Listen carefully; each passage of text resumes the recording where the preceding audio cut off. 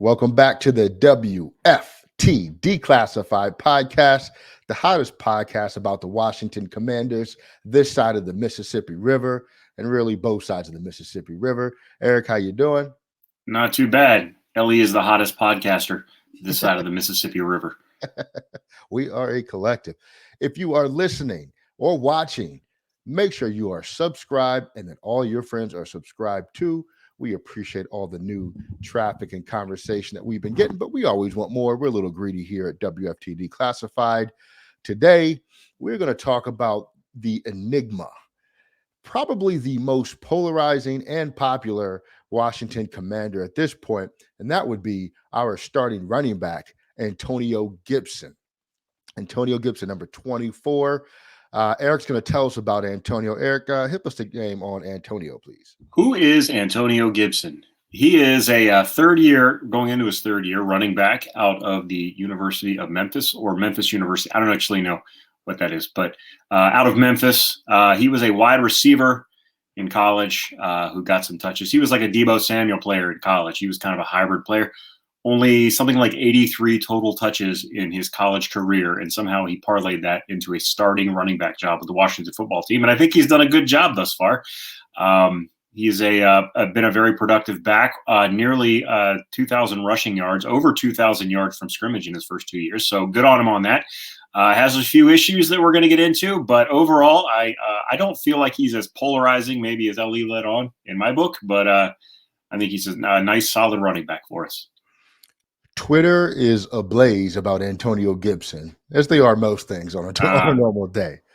But so when Antonio Gibson was drafted, I immediately reached out to Manny Benton, who covered the team for a long time, and he was super thrilled about Antonio Gibson. He said he was the next Joe Mixon. That was his sort of comparison for him, which I thought was a bit advantageous or a bit adventurous because of the limited carries at the pure running back spot that you mentioned in college. And then there's also the conversation of why he didn't get more touches at college, but they had another running back that was also productive and I think is in the NFL. Isn't it Tony Pollard? I thought it was Tony Pollard. Yeah.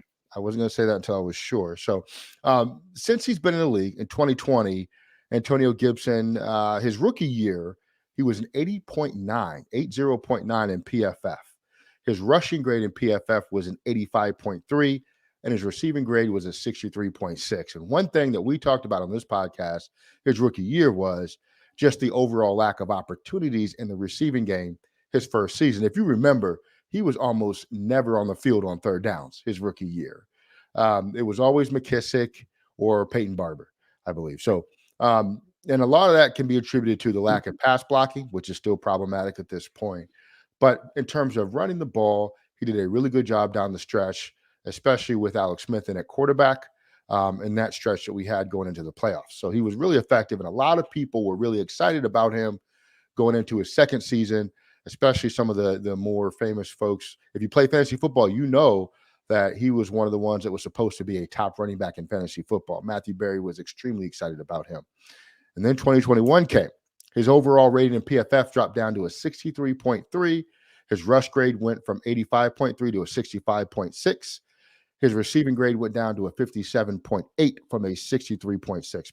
Before we get into any additional stats, Eric, tell me about the eye test of Antonio Gibson on the field. Yeah, what really surprised me, first of all, about him, you spoke of receiving grade. He had 42 catches last year. That's crazy. That's like the most inconspicuous 40 catch season I think I've seen. He had a lot of catches last year, but very few explosive plays, and he tends to leave a lot of yards on the field. And I think that is where the inexperience comes into play as a running back.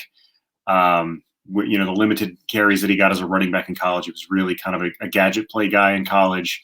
And I think that's what shows, because there's definitely the running into linemen, not hitting the right hole, the lack of patience. It's definitely, you can see it. Only averaging 4 yards a carry last year for a guy who runs a 4.35 and is a big physical dude. Doesn't have a ton of yards after contact, if I remember correctly. So very. I don't think he fails the eye test, but he's definitely not a top echelon running back in my opinion. He's not a Jonathan Taylor or even a Joe Mixon type running back. But you don't have to be in today's NFL. Yeah, he's reasonably productive. He's a solid running back for the most part. But there's definitely more that could be there, especially when it comes to explosive plays. I think his long last year rushing was 27 yards. He had the one big run, big catch and run against Buffalo, went like 78 yards, 70 odd yards. So that was really the one explosive play that he had last year. For somebody who's as fast as he is, that's a little odd in my book anyway.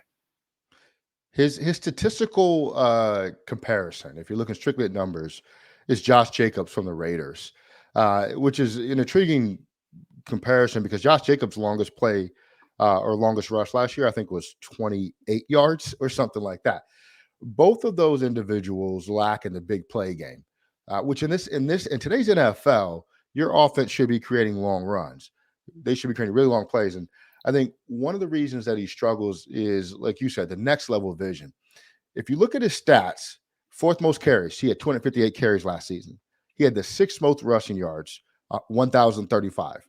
But he had the 42nd most yards a carry, right? So that speaks to it. He is really, really good in short yardage situations, especially in goal line situations.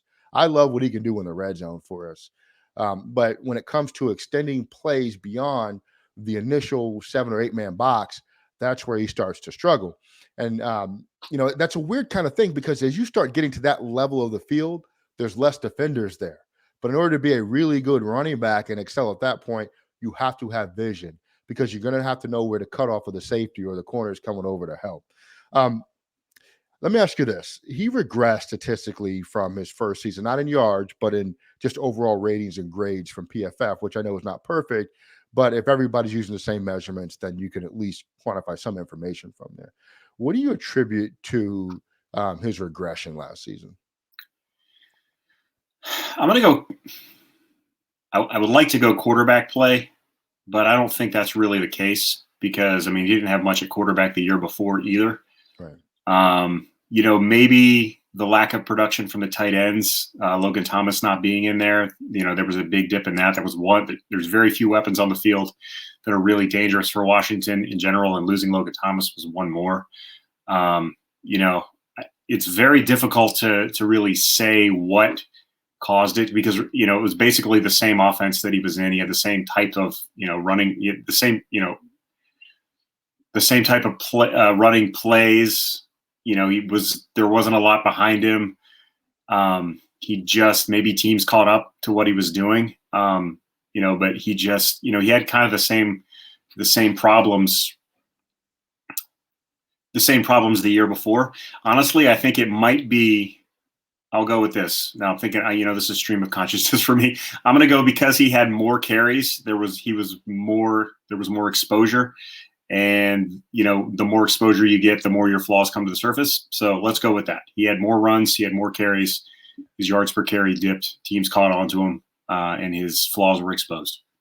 Yeah, I think that makes we sense. can edit that in post production, right? We can cut that response down by like 3 minutes, I think. I think that makes a lot of sense though, because his rookie year, he was really used situationally. And there were periods where he was used a lot situationally, but it was a situational aspect. The other thing you got to remember is that this year we played the first place schedule. And while I don't think that matters in every category, I think it matters defensively with who we play. We played some really good rushing defenses last year. Saints and the Bucks, definitely. The Buffalo, yeah. Things like that. So that's also a factor. So the reason I bring that up is because I think a lot of people are kind of saying, well, maybe he should be used in different ways. And I want to talk to you about that a little bit more later, but I think we shouldn't be so quick to jump to conclusions that he can't handle the role as a running back just because there are some statistics that point to a slight regression last year. You're going to see that in the NFL when you play different opponents. He did have 7 rushing touchdowns last year, and he had 3 receiving touchdowns, which is interesting because, like you said, his catches were 40 plus. You never would have thought that watching the games though last season. I'm personally going through our games from last year, and he's never included in the receiving game. I think he had, the screen pass against Buffalo. He had a slant or something against either New Orleans or Kansas City. But it really is kind of sparse in terms of his inclusion in the passing game. When he is included, it generally is a screen pass. Mhm. And considering that he played receiver in college to some degree, do you think that there's a lot of opportunity for him to develop as a receiver? It's tough. I don't know what kind of routes he ran in college. Was he actually a receiver? Because running routes out of the backfield is different than running routes out of the receiver, even out of the slot. It's not exactly the same thing. And I don't know that if his route running in college was really that good, he probably would be a receiver in the NFL. Because I don't know. I think he's got the ability to catch the ball, and he's got the ability to play in space. I mean, you saw the Buffalo run was a great example of that. But I don't know that he has the ability to like create his own space. I haven't seen that yet. Yeah. So, yeah, I mean, I think, with 40 catches, he can definitely be involved more in the passing game. But a big part of that is you have to be able to block. You have to be able to pick up the blitz if you're going to be a running back in the passing game. And he hasn't shown that he can be trusted to do that yet, which is why McKissick, was such a big part of it last year. And it really fell off. That production from the running back, that may be why he had more catches toward the end. I know he had like 7 catches in one game, but for like 28 yards. So right. It was bad. Yeah. But I think he needs to get better in all aspects of the game. And like I said, I don't know what his route running looks like. It can't be that great if he, had to convert to running back in college or in the pros, which is another thing. Like if you look at the tail off in production, like I think a lot of people like us sitting on our couches that may not appreciate how difficult it is to learn a new position at the professional level. Like that's not something you just do. You've got years of muscle memory and doing things one way, and you've got to completely change that against the highest level of competition you've ever faced. So that can't be easy. It's not. And I watched a lot of his games at Memphis, and you're correct. They were usually post routes, slants, some of the basic routes in the route tree that he would run. And the one thing I want people to understand too is Gibson's hands are not wide receiver level hands. Right. They are a running back, a hybrid position hand, I guess I should say. A lot of people like to try to comp him to Debo. Debo has much, much better hands because Debo is a much more natural wide receiver than Antonio Gibson. Cordarrelle Patterson, same thing. He was a receiver first who's learning to play running back. And therefore his hands are going to be, Cordarrelle's never been accused of having the greatest hands in the world either, right. But he is a much more natural receiver than Gibson. And just because his positioning in college was receiver / running back doesn't mean that he was a starting caliber wide receiver at the collegiate level, because he was not. You can tell by the limited number of touches that he got in college. Right. He was really and those touches included like kick and punt returns too. That wasn't offensive touches. That was like total. Right. Yeah, his role was a flex role, which when he came out, I initially said, I wonder if this is how they're going to use him. And then everybody who covers the team said, no, he's going to be a pure running back. That is what they see in him. That is what they love about him, is that he has the potential to be a top tier running back. And I believe it was Scott Turner who really stood on the table for Gibson in the 3rd round of that draft. So the team is still all in. Going into the 3rd year, what are you looking for from Gibson in order to feel like you can justify him being our running back long term? I don't know that you can justify anybody being your running back long term in the NFL because they just don't last that long. I don't honestly at this point even really see him getting a second contract with Washington, just because that's how running backs are. Unless you're like a really, really special Jonathan Taylor, Derrick Henry type running back, you don't get paid like that. So I think I hope to see basically maybe a little bit more than what we saw from him last year, but not a whole lot. If he can stay healthy and he can get 4 yards a rush, I think he has done his job. I think he's fulfilled his role in the offense. I don't think at this point I'd love to see him break off big plays. I just don't know that that's who he is. I don't know that he's going to turn into that. And I think he's definitely got room for improvement at the running back position. I just don't know how much more it's going to be. So if we can get another 1,000-yard season at 250 carries for 1,000, maybe 1,100 yards out of him, 30 catches out of the backfield for 250, 300 yards, I think that's a good projection for him. That's a good season from him, and I think that's really what this team needs, provided the quarterback stays healthy and the passing game improves. I think you can get by with that. That's a productive. I mean, there were only 7 7,000-yard rushers total in the NFL last year. So the game is just changing. So I think if you get that out of him, I think that's a good season for him. Yeah, I think it was 6 or 7.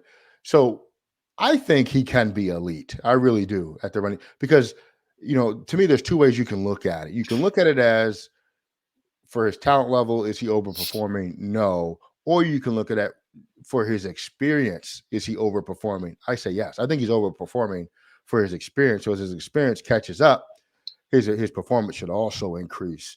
Now, the question remains, can you improve vision? As a running back, I don't know the answer to that question. Antonio Gibson really is a unique case because generally speaking, running backs are a dime a dozen. You know how the league is. They'll draft a guy who's played running back for 4 years in college, use him, burn him up, move on. Whereas Gibson is a project at running back, which you don't generally see in the NFL. So we don't really have a comparable use case for Antonio Gibson. But I'm just of the belief that if he can do as well as he has with his limited experience, that there has to be more there that we can mine out of him. And if we get more than 1,000 yards on 258 carries and 7 touchdowns, I think we have something really, really special.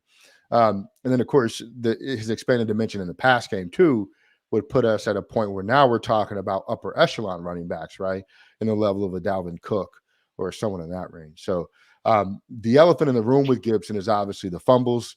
He had 6 fumbles last year. 4 of them were lost. He had, 2 fumbles last year, or 2 fumbles lost his rookie year. Eric, what do you attribute the fumbles to? That's experience. That's lack of playing running back in the NFL. Trying to do too much. That tends to happen. And that is luckily something that can be coached out. It takes a lot of reps. It's a muscle memory thing, how to hold the ball high and tight, coach you to stop, reaching for yards, cover up that ball when you go through. That's all stuff that's the kind of stuff. Vision, I don't know that you can coach. Fumbling, you can coach out of somebody. Tiki Barber's a great example of that. Tiki Barber had a real fumbling problem early in his career. He fixed it and went on to have a really good career. So it's definitely doable, and that's something that he definitely needs to address because it was a real issue last year. He had the most fumbles of any running back in the NFL, more fumbles than a lot of quarterbacks had. So, definitely needs to get fixed, but that is something that can get fixed. Yeah, and I think to attribute to the fumbles as well, he has really small hands for a running back. He is in a 6th percentile for hand size as a running back. I don't think a lot of people know that. Now, we talk a lot about quarterbacks like Kenny Pickett with hand size and why that might be a problem. But at the running back position, that is exactly what the issue would be because think about it. You're going through the hole. You're making contact on every play. Quarterbacks almost never make contact with defenders. This is a guy going through the hole with the ball in his hands, and defenders are constantly pulling and swiping at the ball. So that is a concern. You can't fix that, but nowadays your gloves can help. You can fix the way you hold the ball, which is what Tiki did. It's really about basically cradling it to make sure that your hand's on top of it and it's tucked in, and covering it with 2 hands at every possible. Every time you get contact, you have to cover up the ball. It's definitely a process, and you have to learn how to do it, but it can be done. Yeah, I didn't actually know that about his hands either. Yeah, they are. He's got little baby hands. Him and Kenny Pickett. But that's also something. That's also some of the problems with the thought about him converting to a receiver or playing more at the receiver position. Small hands matter at that position. Yeah, as a receiver, it's a bigger deal than a running back, in my opinion. Right. Absolutely. Some other interesting piece of information about that. So he tied Jonathan Taylor in fumbles. Taylor had 6 fumbles last year as well. I don't think he lost as many as Gibson did, but he did have 6 fumbles. And we consider Taylor to be an elite running back, obviously, because of what he can do. In terms of like athleticism, Gibson's 40-yard dash was in the 86th percentile. Yeah. His vertical jump was in the 44th percentile, which is a little bit disappointing for a running back with his speed because your vertical jump is really a projection of your explosiveness. And I think when we talk about some of the lack of long runs, there could be a lack of explosion involved there as well. Yeah, but when you're looking at 230, your vertical leap, 228. Yeah, your vertical leap's going to suffer a little bit. I don't know how you compare the percentiles among running backs, because if you're going up against a bunch of 200-pound guys, 210-pound guys, and you're 20 pounds heavier than they are, like what's Derrick Henry's vertical?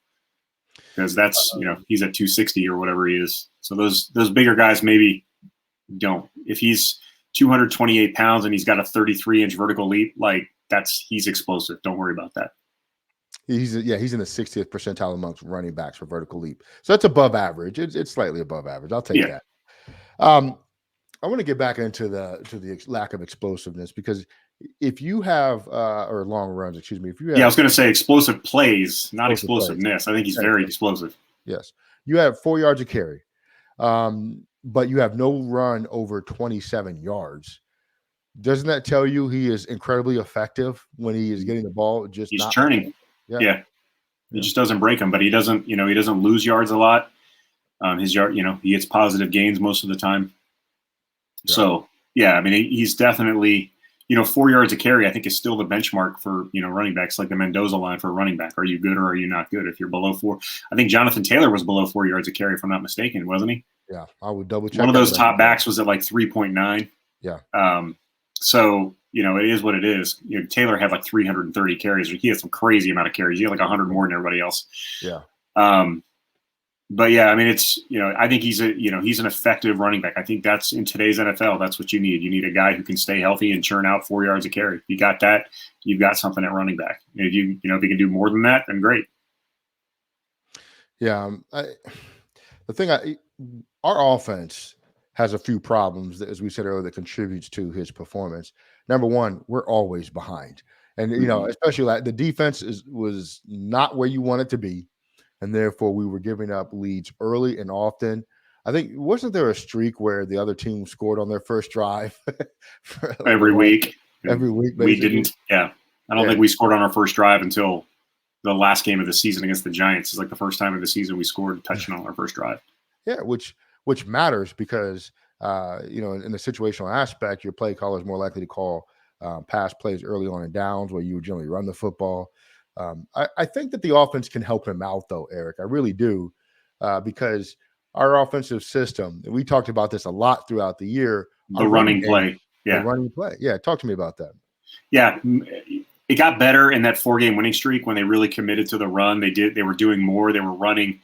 They were running him out of the eye. They were running him out of the single back, with the quarterback under center. He was able to get a running start, and his production increased. With the exception of the Tampa game, I think he had like 25 carries for like 60 yards in that game, but still, he was effective. Like, he was getting positive yards every time. He just wasn't getting 5 or 6 yards. But yeah, I mean, the offense, having him stand next to the quarterback in shotgun and just get the ball and run left or right just doesn't work, as a running strategy. And for a lot of the season, that was the running strategy. That was the only time he would get the ball on a carry. And it was a tell because they couldn't even really run play action out of that, because anytime the quarterback lined up under center, you knew it was going to be a play action pass because they never ran the ball out of the formation until they came out of the bye and played, committed to it for a few games. So yeah, they can definitely do something to get him, maybe get a fullback in front of him, get him a lead blocker every once in a while. I don't know. Maybe Scott doesn't like that. Who knows? But, his dad sure did, and it sure worked for him. Yeah. So yeah, the offense can definitely do more to help him out. Yeah. And we're talking about getting an extra half yard per carry. I mean, we're not talking about getting him an extra 2 yards per carry to put him in that upper echelon of running backs. I think what we also need to see is just more creativity in general in terms of the play calling. Going back and watching all these games, you're seeing a lot of the same formation, a lot of the same plays every game. Your quarterback was limited last year, so hopefully Carson Wentz opens up the playbook, and that includes opening up different variations in the run game too, because Carson Wentz can probably handle a larger load of the playbook. And, there are things that you just could not run from a passing game perspective with Heineke, which means that's less that the defense has to study in terms of the overall offense to prepare to play you on a week-to-week basis. So, yeah, I would agree with that. And, you can tell like newer offensive coordinators, younger offensive coordinators are really pass happy because the passing game is all over the place, but the running game is really dull. And that's kind of what we saw with Scott last year. And very east-west, like, Antonio Gibson, we said, is 230 pounds, man. Get him running north-south, run him off tackle, get a guard pulling in front of him, get him out there in space, create something for him, help him, help you. As a running, he can really do a lot. He can help a quarterback, because if you get him running at 4 yards of carry, 4.5 yards of carry, the play action game opens up, and it's amazing what that can do. Yeah. Yeah. I mean, the guy is a incredible athlete. We talked about the lack of explosive plays, but just in that short area and what you're asking for him of him right now, he does a really good job with that. I want to ask you, I'm going to give you some of the names of the top running backs in the league. And what I want you to do is tell me if you would keep Gibson or would you prefer the player that I'm going to mention? All right. Up first, our rushing leader in the NFL last year, Jonathan Taylor. Would you keep Gibson or work with Jonathan Taylor? No, I would definitely take Jonathan Taylor over Gibson. He's basically what we want Gibson to be. You know, he's a polished running back, and he does everything you want from your running back, and he knows how to find yardage. So yeah, I would definitely take Taylor. Except for he fumbles too, but yeah, but he had 6 fumbles and 350 carries as opposed to 6 fumbles and 250 carries. They're very true. What about Nick Chubb? Nick Chubb. Yeah, I think I would take Nick Chubb. Nick Chubb's he's just the experience, and he knows, he's not a project. He knows what he can do. Though I don't know what he would. I think he would produce behind our offensive line. I don't know how great Cleveland's offensive line was, but he was pretty productive behind them. I would take Nick Chubb over Gibson. Nick Chubb was a beast last year, and he has been every year. But he's a high pedigree guy. He came out of Georgia. He was a highly rated recruit. He's a highly rated college athlete coming out until the injury. So you'd expect that. Joe Mixon. So I'm bitter against Mixon because he screwed me on fantasy so many times. Like he'd have one good game and then just disappear, and then he'd get hurt. I think you said Manny said that's what Gibson aspired to be. I think that's a wash. Although Mixon was pretty productive last year, but if you look at the offense around him, like I think Gibson might be able to do something like that if he's got weapons everywhere, like Mixon had on offense. Right.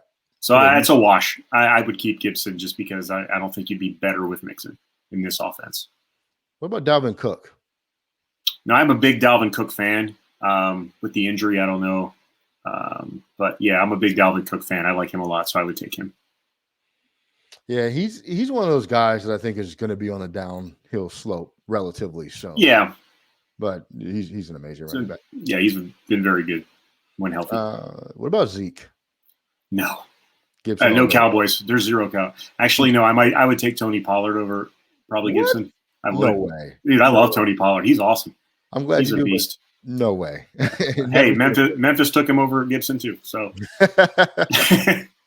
yeah, but not Zeke. Zeke's cooked. He's done, and I'm glad they're paying him so much money. Yeah, me too. I'm not going to ask you Derrick Henry because I think we know what the answer there is. Yeah. That's obvious. What about Damian Harris in New England? No. Yeah. No.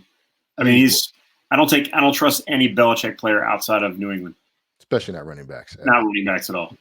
I did like, who was the guy that went to Tennessee? I liked him a lot. He retired last year. Smaller guy, Damian Lewis? D.D. Lewis, right? D.D. Lewis? I don't know. He was good, though. He was number 33. Can't remember. I liked him. But, no, I wouldn't take a New England player outside of New England. Never works. What about Alvin Kamara, where he's at right now? In jail? No. No, Kamara, I would absolutely take Kamara over Gibson. He's such a weapon in both the running and passing game, all things equal. But I don't think he might not be on the field next year, so I'd probably keep Gibson. Yeah. What about Eckler in Los Angeles? I don't know. He's another like Mixon type who's just really frustrating. Like he's sometimes really good, and other times you just want to strangle him because he, doesn't get you any fantasy points. I'm gonna keep Gibson over Eckler. I do like Eckler though. Yeah. I've got a thing for Chargers players. Like I like so many other players. But I'm gonna go with Gibson over Eckler because he's younger. 2 more. David Montgomery in Chicago. No, he's too small, gets hurt too much. I like him though, but he's too small, gets hurt. He's like I would compare him more to actually no, I wouldn't. I was gonna say McKissick, but no, he's better than McKissick. He does more than McKissick does. That's why he gets hurt all the time. Josh Jacobs, Las Vegas Raiders. Nah, it's a wash. Yeah, pretty much. I mean, Josh Jacobs was a running back, and he gives you the same thing that the guy who's not a running back gives you. So I think Gibson can probably got a higher ceiling if he can figure out vision. Right. Oh, I have a good one too. Miles Sanders in Philly. Oh man, you're gonna get Chucks on us. Miles Sanders he didn't even score a touchdown last year though. They didn't use him. They didn't use him hardly. They did. They used him against us. He still couldn't score. Against us. I mean, there was a number 1 rushing team in the NFL, and their lead running back can't score a touchdown. I'm taking Gibson. That's because the quarterback took them all. Yeah, I know. No, I'll take a Gibson over Miles Sanders. Sorry, Chucks.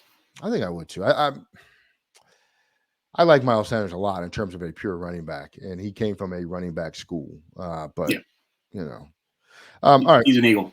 He's an Eagle. Can't do it. In December of last year, you didn't give me Saquon. Okay, would you consider that Saquon or Gibson? Too expensive, Gibson. If all things are equal in terms of salary dollars, where would you go with that? I don't know. Saquon was not himself last year after that knee injury, so I'd still go Gibson. I could be, I could get burned on that, but Barkley, he might never be the same player again. Yeah. Seriously. Now, before the injury, absolutely take Saquon, 100%. He was one of the elites. Yeah. Yeah. In December of last year, a report came out from PFF that Gibson wanted to be used more like a Deebo Samuel or Cordarrelle Patterson. And Patterson last year was amazing. He played a lot of receiver, had a lot of catches, and he played a lot of running back. He was technically a starting running back, but he was split out wide just as often, it seemed like, as he was in the backfield. Deebo, one of my Isn't he like number 84 though? If you're number 84, you're a wide receiver. Right. You got to commit to a number change. Yeah, you got to give me a number. Yeah. And Deebo was all over the place, but Deebo is definitely a wide receiver first before he's a running back. Yep. Does that bother you that he comes out and says that, especially since he's a player in transition from a receiver to a full-time running back? I mean, not really. Maybe publicly, but if that's what he wants, that's what he wants. I think you potentially could. I think Curtis Samuel's closer to those guys than Gibson is. I think Gibson, he's built like a running back. He's just, he's fast. He potentially could play, but again, I don't know.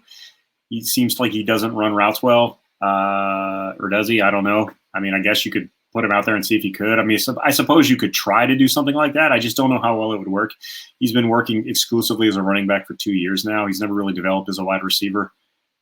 Those guys, like you said, were receivers first, and then, they get carries in the backfield. So I don't know if it would work or not. I'm sure you could try it. I mean, why not? Especially if things are going bad. Hey, Gibson, play wide receiver. But I don't know. I'm fine with him saying it. If that's what he wants. That's what he wants. But, prove that you can play running back, which I think he has at this point. I just don't know, as a receiver. Yeah, the only thing that bothers me about that is the team is really committed to him playing just running back.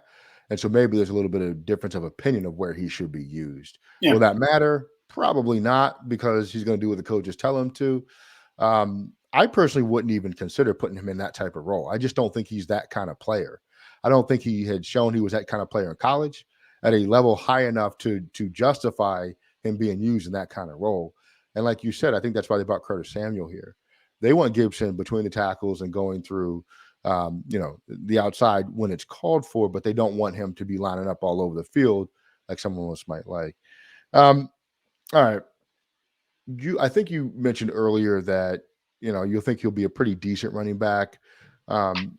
Give me a projection in terms of another running back that you think he'll be at next year in terms of level, and then maybe a statistical projection overall next year.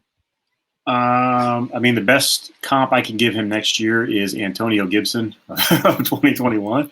I don't know. I mean, I think that we've seen I think he can improve. And I think if there's more of an explosive offense around him, I think you can see his numbers. His carries may dip a little because you're throwing more, but his yards per carry may rise. So, I don't think like a Joe Mixon is out of the question. But that's, he's got to step up his explosive plays really, like in the passing game. Because like I said, he had 40 catches, but he didn't even have 300 yards receiving. So, if he wants to be that type of player, he needs to develop vision. He needs to get better in space.